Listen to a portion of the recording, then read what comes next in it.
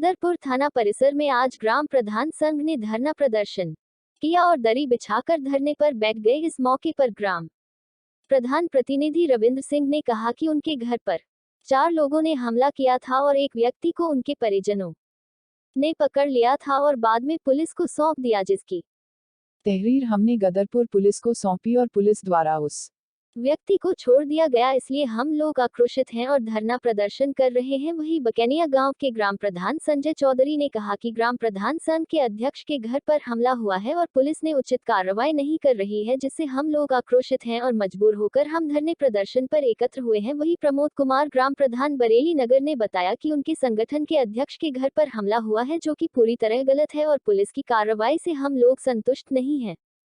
वहीं थाना अध्यक्ष राजेश पांडे ने बताया कि कानून संगत कार्रवाई की गई है, एफआईआर दर्ज की जा चुकी है और 7 साल से कम सजा होने वाले मामलों में माननीय कोर्ट के निर्देश है कि थाना परिसर से जमानत दी जाए, जिस पर न्याय संगत कार्रवाई करते हुए युवक को जमानत दी गई है और पुलिस इस मामले में कोई कोताही नहीं बरत रही है। प्रधान संघ पुलिस पर दबाव बनाने की कोशिश कर रहा है और हमारे द्वारा उचित कानून संगत कार्रवाई की जा चुकी है। कल लगभग 6 बजे की घटना है। देवेंद्र उर्फ गोलू, ये लोग स्विफ्ट गाड़ी में सवार होके टोटल 4 लोग थे। पहले ये हमारे भटिया पे कॉलोनी है, वहाँ पहुँचते हैं पवन के घर पे। वहाँ पे जाके ये मेरे बारे में जानकारी लेते हैं कि रविंद्र प्रधान यहाँ पे हैं, आए हैं या नहीं। तो उन्होंने कहा भी आज तो यहाँ पे नहीं आए। तो वहाँ पे इन्होंने मेरे को गाली गलौज करते हुए उनसे कहा कि आज उसको हमने गोली मारनी है, हम 4 दिन से उसकी तलाश कर रहे हैं, आज उसको हमने मार देना है। वहाँ पर ये खूब हल्ला उल्ला काट के फिर सीधे लगभग 6 बजे मेरे घर के अंदर घुस जाते हैं। तमंचे इनके हाथ में थे और मेरे बेडरूम में दाखिल हो जाते हैं। वहाँ जाके मेरे से 2 लाख रुपए की ये मांग की जाती है कि 2 लाख रुपए दो, नहीं तो तेरे को अभी जान से मार देंगे। इतने में मेरी वाइफ ने और मेरी सिस्टर ने हल्ला मचा दिया। पड़ोस के लोग आ गए, गुरदयाल सिंह आ गए, गुरमुख सिंह आ गए और पड़ोस के लोग आ गए, प्रजापत जाति के हमारे वहाँ लोग हैं वो आ गए। तो लोगों को आता देख के स्विफ्ट गाड़ी थी इनके पास, जिसमें सवार होकर ये गए थे और 3 लोग वहाँ से, एक का नाम रिंकू है, 2 को हम ना जानते हैं ना उनका नाम जानते हैं। ये लोग वहाँ से भाग आए और गोलू को, देवेंद्र को वहाँ पे पकड़ लिया गया और पुलिस को सूचना दी गई। पुलिस उसको मौके से पकड़ के लाई है और उसके बाद यहाँ थाने में आके उसको छोड़ दिया गया है, जिससे कि मेरे को अपनी जान माल का खतरा बना हुआ है। मेरी ये मांग है कि उसको तुरंत अरेस्ट किया जाए, गाड़ी बरामद की जाए और 4 को अरेस्ट किया जाए। ये कल शाम की घटना है। कल प्रधान जी घर में स्विफ्ट गाड़ी में सवार होकर पहले कॉलोनी पूछते गए रविंद्र प्रधान कहाँ हैं। उसके बाद जो है घर पे जाके उन्होंने हमला कर दिया।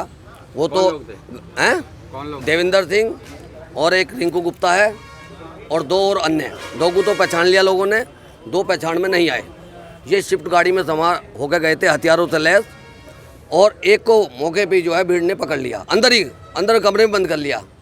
मेरे द्वारा प्रधान जी ने मुझे फ़ोन किया, मैं हल्द्वानी था, मैंने एसओ साहब को फ़ोन किया। मैं कहा साहब ऐसे तो पहले 112 पर नहीं मिल पाया, फिर मैंने जो है एसओ साहब को फ़ोन किया। तो एसओ साहब ने कहा अभी होल्ड पे रखो प्रधान जी।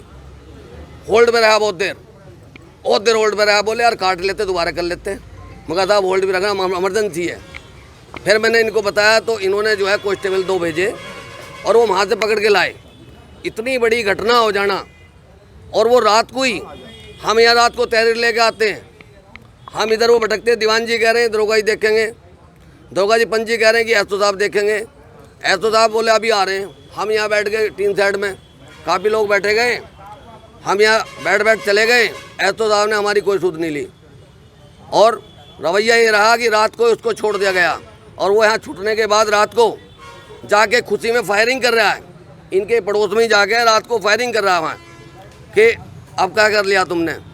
तो ये तो हालात हैं। उसके बाद हम सुबह थाने आते हैं, हम एसओ साहब से मिलते हैं, एसओ साहब गाड़ी से नहीं उतरते हैं। हमने कहा सर, बोले यार जी बोलो चुप चुप।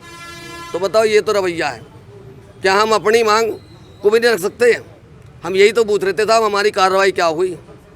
तो ये रवैया हमें अच्छा नहीं लगा और जब तक उसकी गिरफ्तारी नहीं होगी, जब तक स्विफ्ट गाड़ी बरामद नहीं होगी, तब तक हम बैठे रहेंगे। दबाव नहीं है, हमारा कहना ये है कि एक वरिष्ठ नागरिक भी है हमारे प्रधान संघ के, लगभग 1996 से लगातार प्रधानी भी कर रहे हैं और जनप्रतिनिधि, सम्मानित जनप्रतिनिधि हमारे क्षेत्र के, और इतनी बड़ी वारदात उनके साथ होती है और हम ये पुलिस प्रशासन से मांग करते हैं कि सुरक्षा के लिए हम कहते हैं कि कम से कम मुजरिम छोड़ दिया तो इनकी सुरक्षा तो की जाए।